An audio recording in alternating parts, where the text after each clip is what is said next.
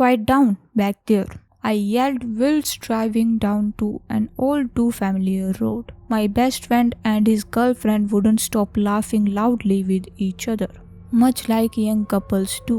I almost regretted bringing them, but I really didn't want to go alone, and inviting one of those two lovebirds meant inviting the pair.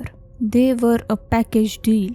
Lucky for me, the torturous sound of laughter would soon cease as we were approaching our destination. "We are here," I stated, less to point out our arrival and more to shut the two of them. I just wanted some peace and quiet so I could think clearly.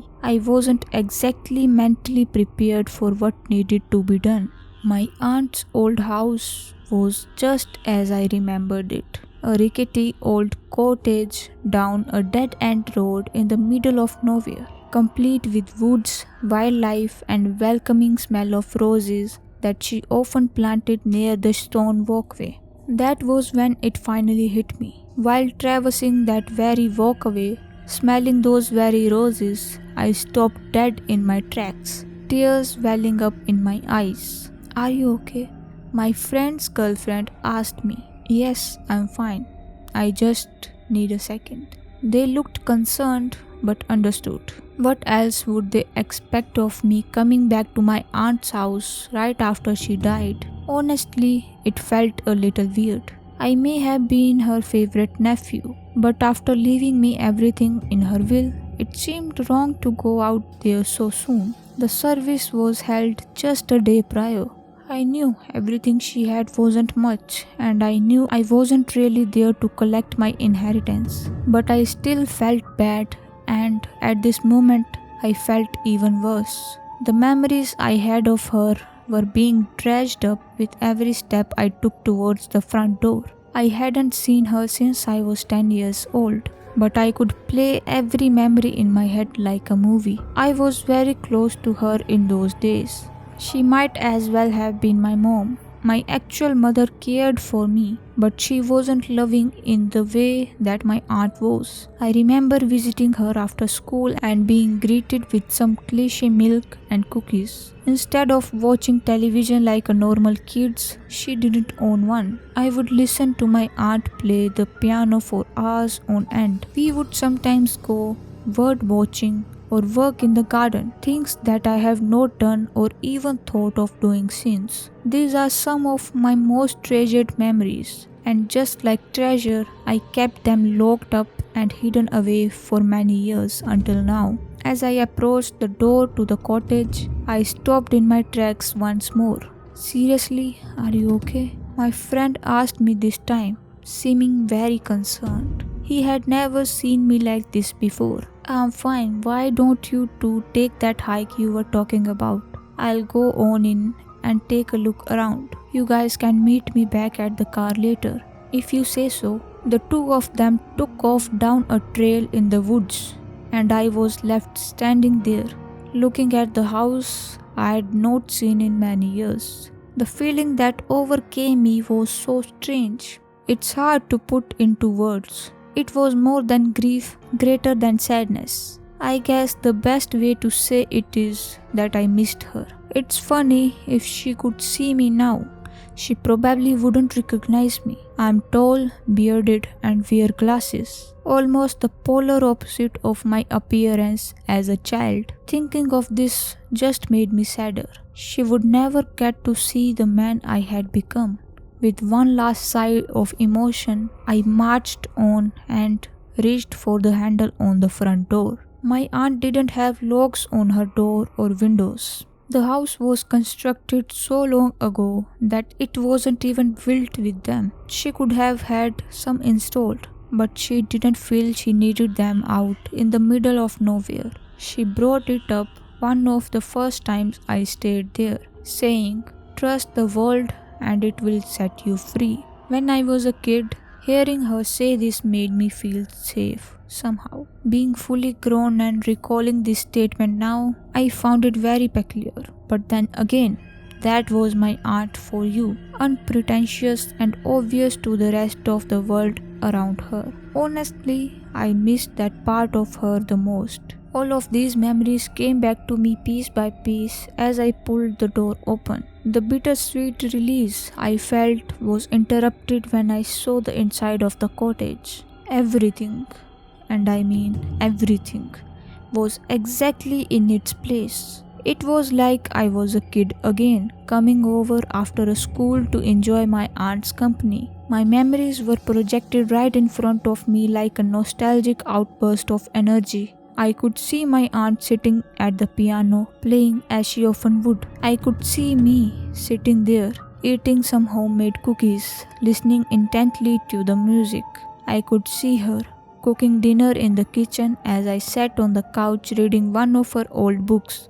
I walked past these living recollections and went upstairs to see more. I stopped quickly when I reached the top of the staircase. I realized that it only led to the attic. I had no interest in it, remembering that my aunt used it for the storage. So I traveled back downstairs. I didn't know what I was looking for exactly. Maybe just a little peace of mind to put my heart at ease. Maybe just something that would let me know without a doubt that my aunt passed away peacefully. In truth, I felt an immense amount of guilt being in that house again, almost too much to bear. When I was just shy of 11 years old, my parents moved out of state. This is when I stopped seeing my aunt. We kind of lost touch, especially seeing as she didn't have any real means of communication out there. No phone, no computer. She didn't even have a mailbox. And the nearest post office was over 20 miles away. Being older now, I could have easily paid her a visit, and I am sure she would have loved to have seen me. I guess I just thought she would always be there.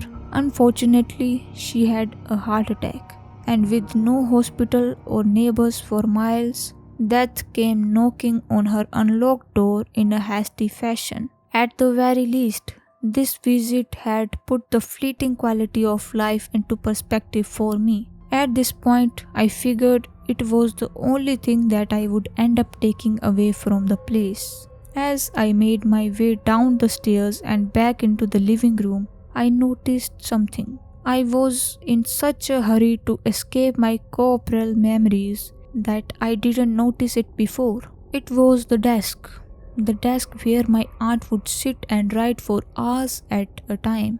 She said that it helped her experience the world outside of her cottage by writing about how she imagined and wanted it to be. The more I remembered my aunt, the more I could see how isolated and somewhat unstable she really was. She was odd, but I loved her just the same, even now. What I hadn't noticed upon entering the house was that the desk drawer was open. I looked inside and found a single sheet of paper with my aunt's handwriting on it. This is what it said. To my dearest nephew, if you are reading this, then the cold tides of death have swept me away once and for all. I know that we have not seen each other since you were a child, but I hope you still think fondly back on our time together. I was happy to look after you, and I know that you were happy to spend time with me. I don't want you to be sad or feel off put about my death in any way. This is how it is, and in turn how it was meant to be. I will always hold you dear in my heart, and I hope you will do the same for me. I want you to live freely despite this, and enjoy each and every moment of your life, just as I did mine. I will see you again someday, and I look forward to it.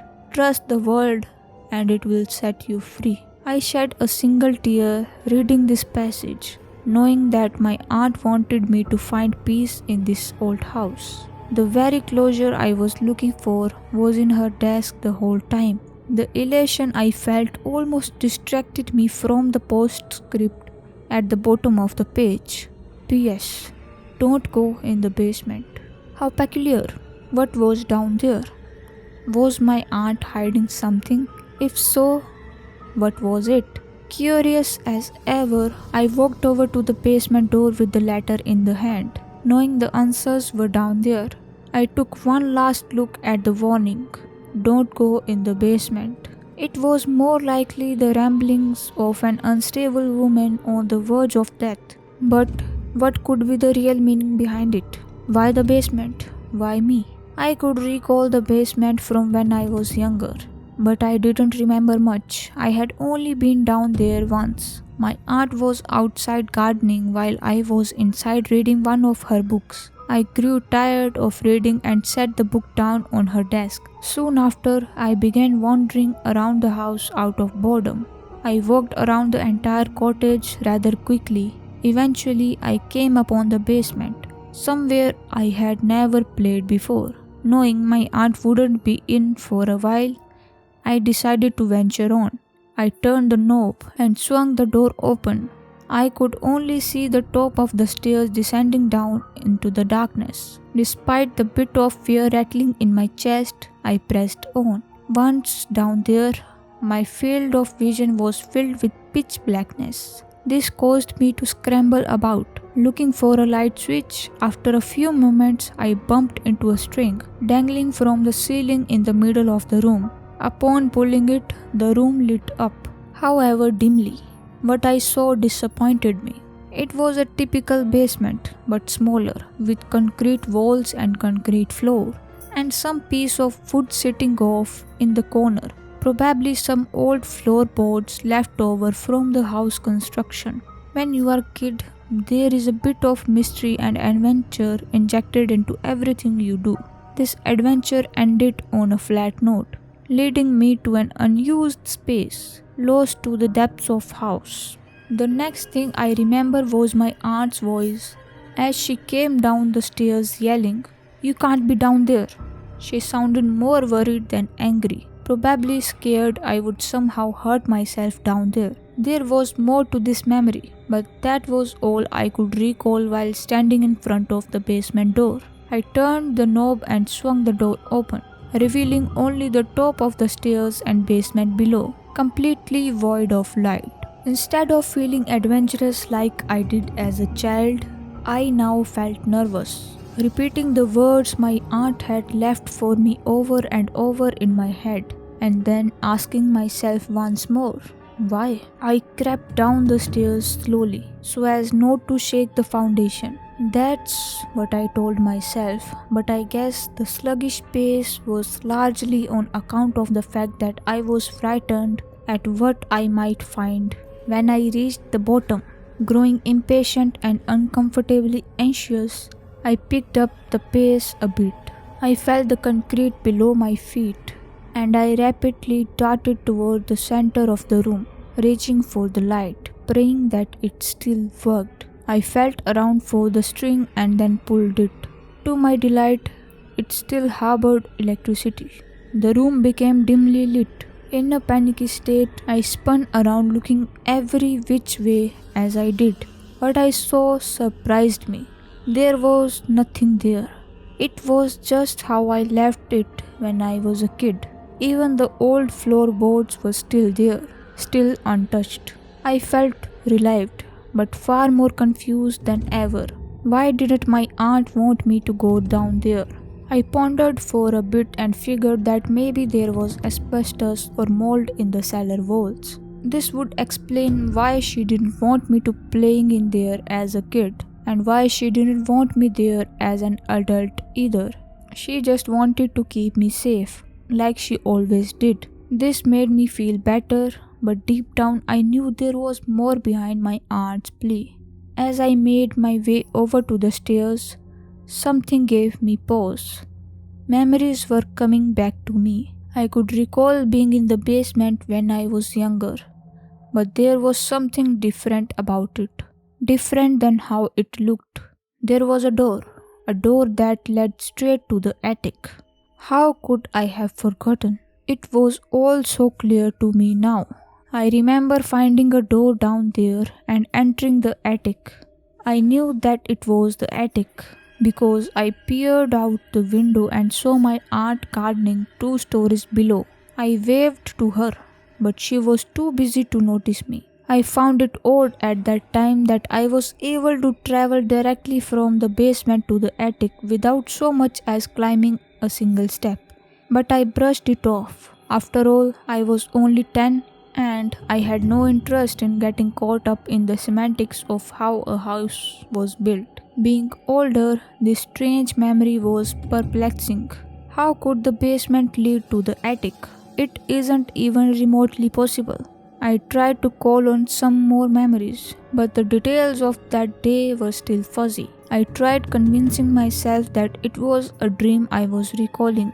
How could it have been anything else? It was nonsense, right? There is no way it really happened. Somewhat comfortable with this hypothesis, I continued to the stairs, but not before giving the basement another once over. But I so eliminated all my doubts from my mind. There, in the middle of the far left wall of the basement, was the door from my memory. I squinted and rubbed my eyes, keeping them closed for a good few seconds before opening them again. When I did, the door was still there, as tangible and existent as ever. This couldn't be. It just couldn't. I knew for a fact that the door was not there just a few moments before, and I had already convinced myself that my childhood memory was nothing more than a bizarre dream. What the hell was going on? There was only one way to find out. After regaining some composure and mustering up a small amount of courage, I walked, however slowly, towards the inexplicable door. My unhurried movements mirrored my hesitant exterior, allowing me to stall for a moment while I gathered some nerve to actually open the damn thing. Despite my slothful motion, I covered the gap in a few seconds, a testament to the basement's small size. The moment of truth was upon me. I took a deep breath, turned the knob, and pushed the door open. This was it. I would finally get to the bottom of my art pleas and my old memories. The door creaked and revealed the room behind it. Lo and behold, it was none other than the attic, just as I remembered it, window and all. But how? The sunlight came through the window and danced across the room brilliantly, leaving me awestruck. I walked forward to look outside to make sure that this was indeed the attic and that I hadn't gone completely crazy. After peering out the window, that verdict was still up in the air. 2 stories below was my aunt's yard. The grass was green as ever and the sky was clear as day. Everything was so vibrant. I looked over at my aunt's garden and to my surprise, there was a person there. It was a woman, and she was gardening. Who was that, and why she was in my aunt's garden? She turned around revealing her face, and to my surprise, it was my aunt. What? How?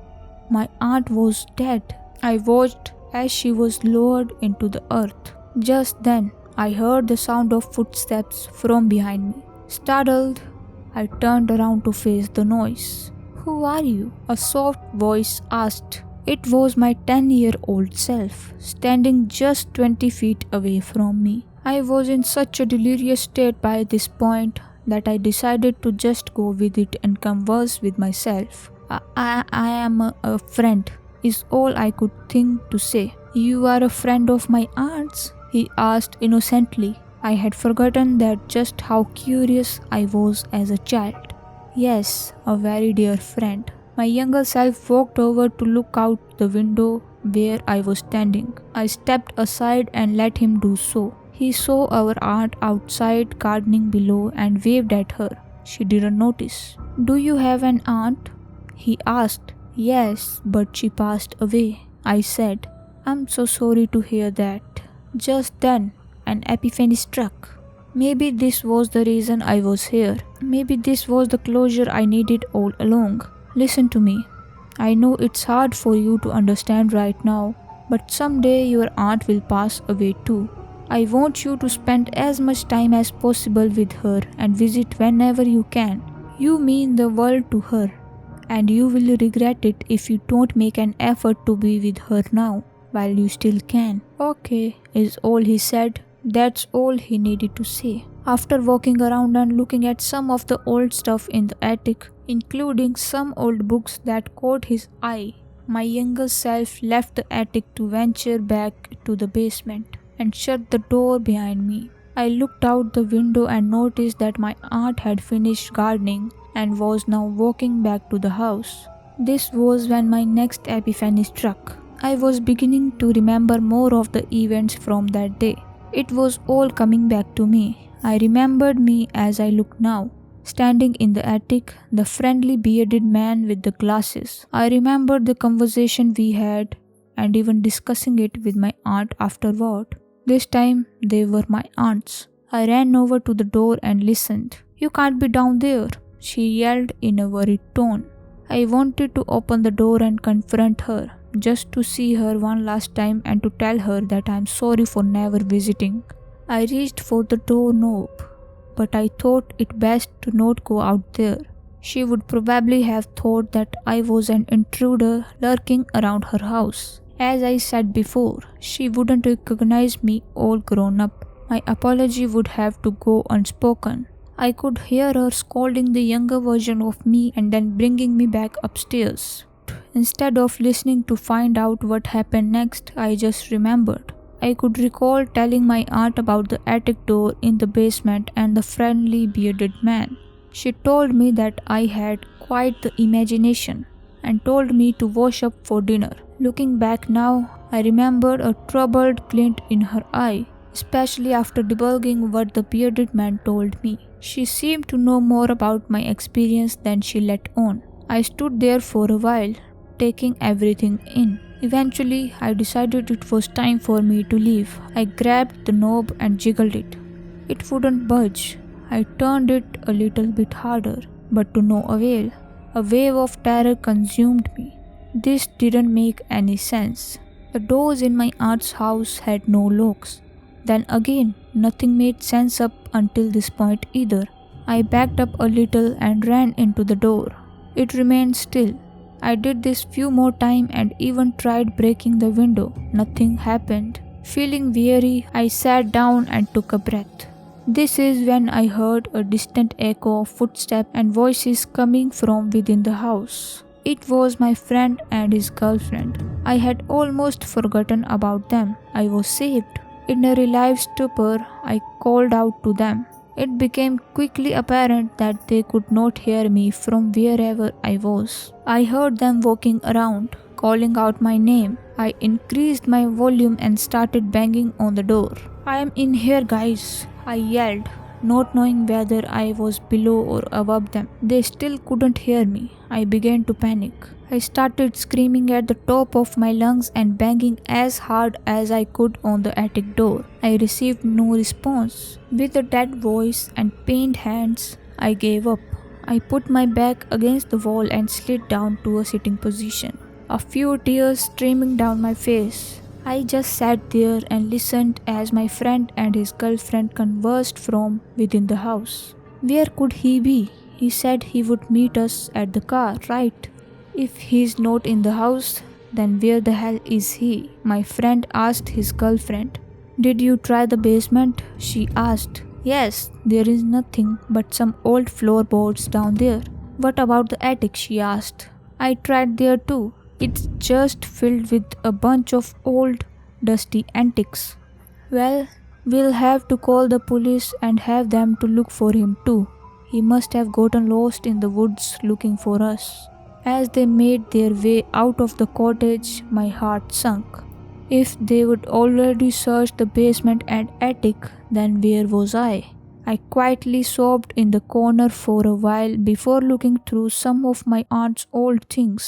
It was all I could do at this point. I didn't care for any of it, save for one treasure of hers that caught my eye. It was a book with a blood-red symbol hand-painted on the front. I had never seen anything like it before.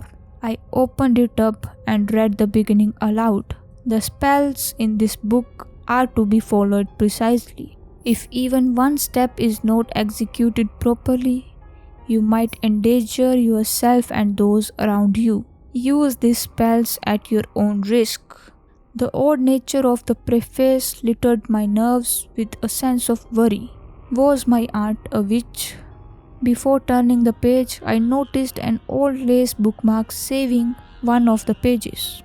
I opened up to it and looked at the chapter heading, Chapter 8, Horticulture.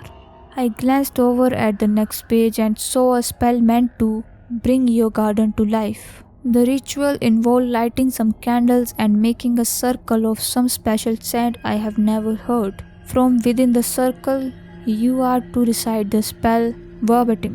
My Latin was a little rusty, but from what I could read of the incantation, it said something along the lines of bring above that which is below, which I assumed referred to the growing of plants. I gathered that my aunt performed the ritual in the attic, as there were some dormant candles in her stuff. The inclusion of this book in my aunt's collection now made sense to me. She wanted to spice up her dull garden with a bit of witchcraft. I can say with some confidence that it more than likely backfired. I am now stuck in this damned place, a place that seemed to be a realm of its own. I will more than likely spend an eternity here. I am growing now to accept my fate. She did warn me after all. I should have listened. This is all my fault and mine alone. With the endless paper and writing materials here in this old attic, I am left to do nothing but write down in words what has happened to me, in the hopes that someone may come across it somehow. The words of a living ghost. If you are reading this, please listen to me what I have to say. Your time here is not boundless, and at any moment the horrid hand of the unknown could come knocking at your door, there to bereave your loved ones and steal you away from your blissful, ordinary existence. Cause of this sudden upheaval will be death, or in my case, something far worse. Last but not least, if you are ever in this neck of the woods and feel a need to stop in and say hi, go right ahead. I can't promise you that you will get a response, but I just want you to remember two things. Your life is fleeting, so spend your time wiser than I did mine. And whatever you do, don't go in the basement.